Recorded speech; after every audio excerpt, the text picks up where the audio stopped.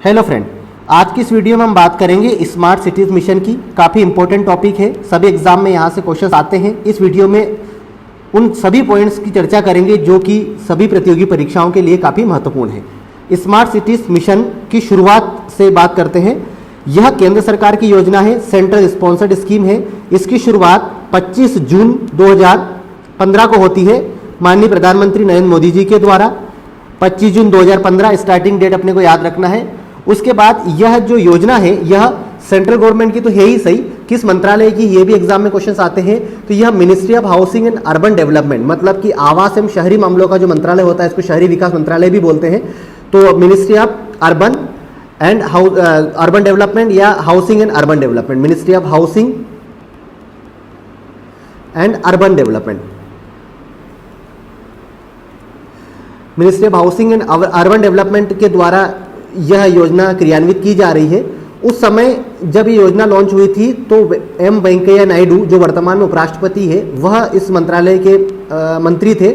आप मेरे को कमेंट बॉक्स में बताइएगा वर्तमान में शहरी आवास एवं विकास मंत्रालय यानी कि अर्बन डेवलपमेंट मिनिस्ट्री के मंत्री कौन है। 25 जून 2015 को योजना लागू होती है। अब इसमें क्या क्या प्रावधान थे वो देखते हैं। इसका उद्देश्य क्या था, यानी कि ऑब्जेक्टिव क्या थे।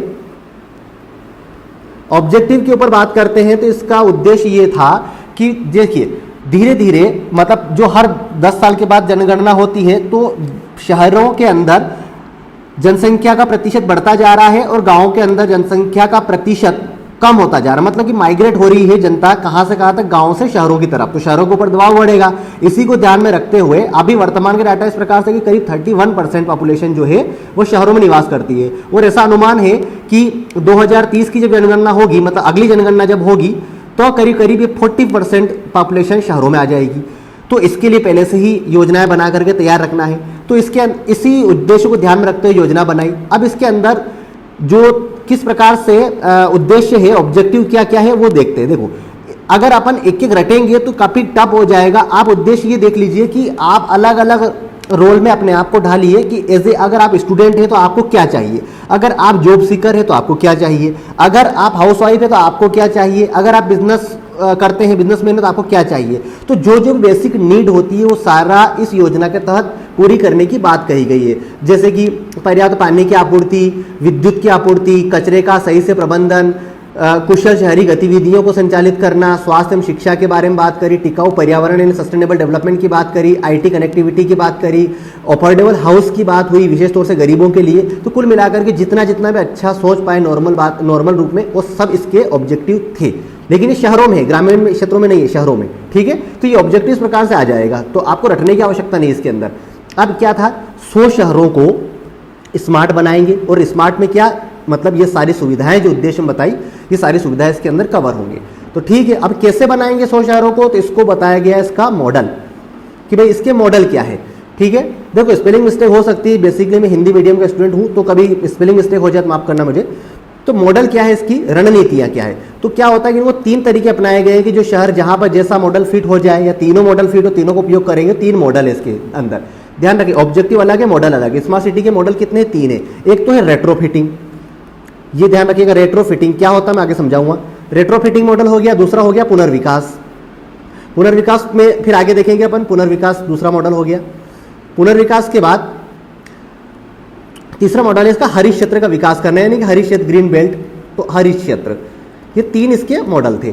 ठीक है, तीनों मॉडल क्या आता है। रेट्रोफिटिंग का मतलब होता है कि जो संरचना जैसी, मान के चलो कि ये बिल्डिंग है, अब इसका कुछ एक पार्ट खराब है यहाँ का, तो पूरी बिल्डिंग नहीं गिराएंगे, इसी पार्ट को रिपेयर करेंगे या ऐसी टेक्नोलॉजी का उपयोग करेंगे कि इस संरचना में बदलाव किए बिना या इसको तोड़े बिना ही उसको जो उद्देश्य उसको पूरा करना, रेट्रोफिटिंग हो जाती है। ठीक है ना।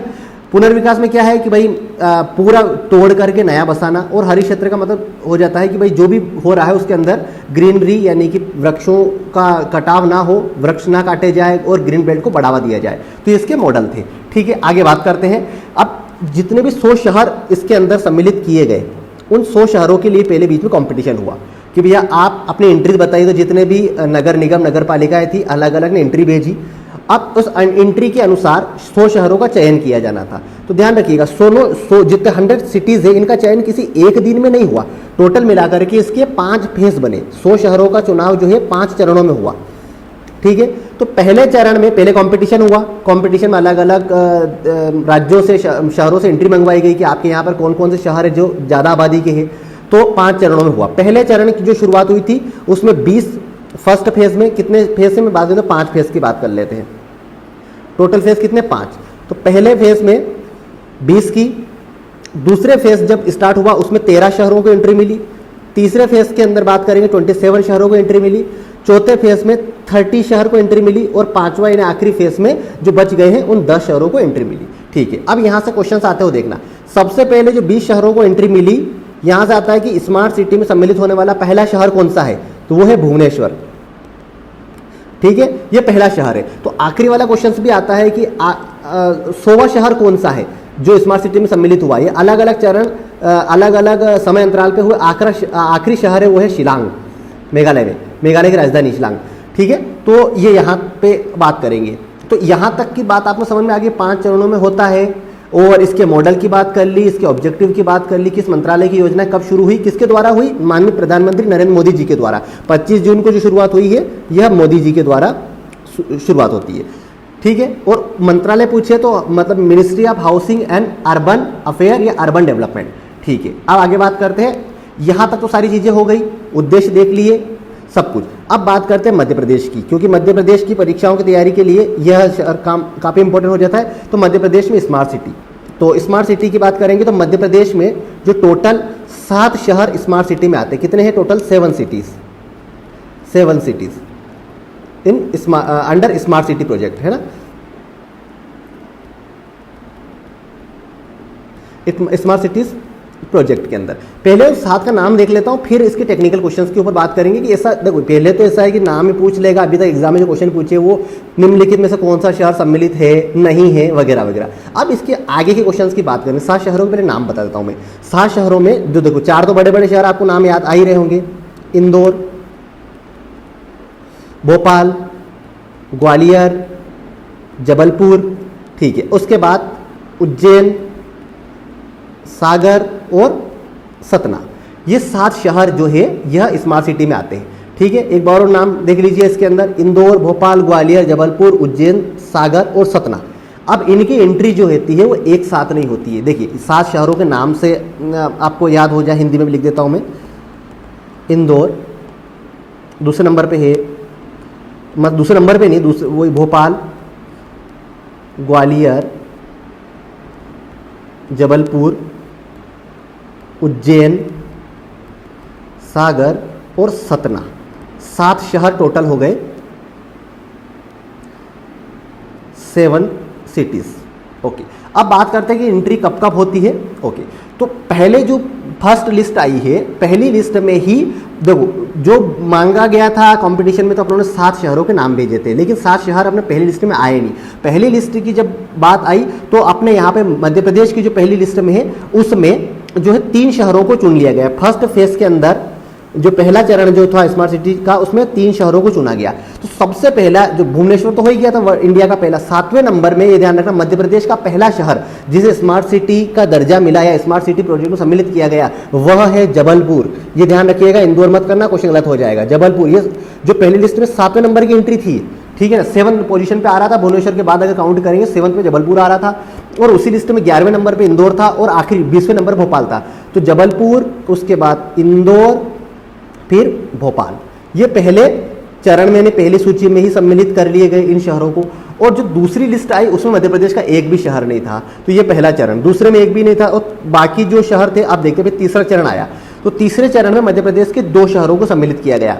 2 शहर कौन कौन से थे, एक तो उज्जैन था और दूसरा शहर था ग्वालियर। उज्जैन और ग्वालियर को दूसरे चरण में सम्मिलित किया गया।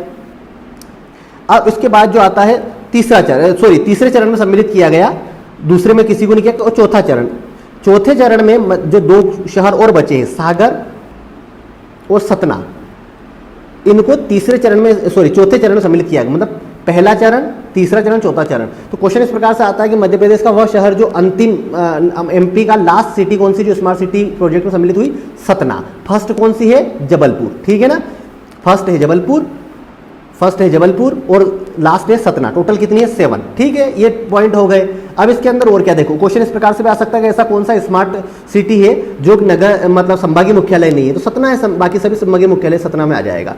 ठीक है, आपको यहाँ के डाटा क्लियर हो गए। अब इसके अंदर देखिए, ये सेंट्रल स्पॉन्सर्ड स्कीम है, ये सेंट्रली फंडेड स्कीम नहीं है, मतलब कि केंद्र प्रायोजित योजना है, लेकिन केंद्र द्वारा वित्त पोषित 100% नहीं है।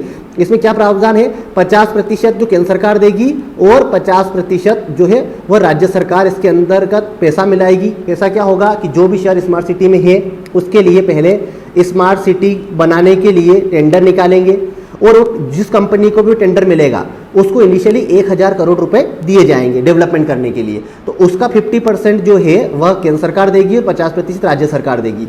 और इस स्मार्ट सिटी का जो भी कामकाज होगा वो एक CEO की देखरेख में होगा।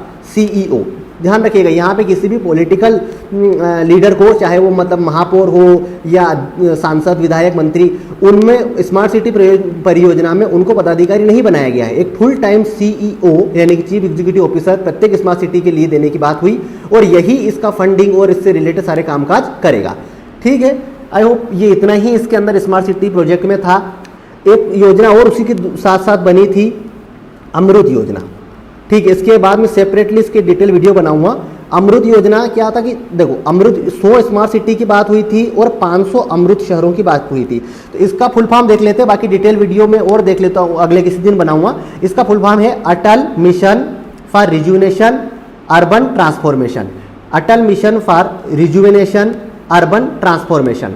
ठीक है, इसके अंदर 500 सिटीज़ की बात हुई थी और इसके अंदर 500 करोड़ मतलब 50,000 करोड़ रुपए का फंड भी उसी समय एलोकेशन हुआ था। इसमें हुआ था करीब करीब स्मार्ट सिटी प्रोजेक्ट में 98,000 करोड़ का फंड इसके अंतर्गत लिया गया था, जिसके अंदर 48,000 जो मतलब करोड़ रुपीस जो मतलब इसका फर्स्ट फेज था उसी में रिलीज कर दिया गया था, बाकी स्टेप बाय स्टेप रिलीज हुआ। हालांकि इतना बारीक डाटा नहीं आएगा, जो मैंने आपको MP के बारे में बताया, टोटल बताया, वो सर आप कर लेना।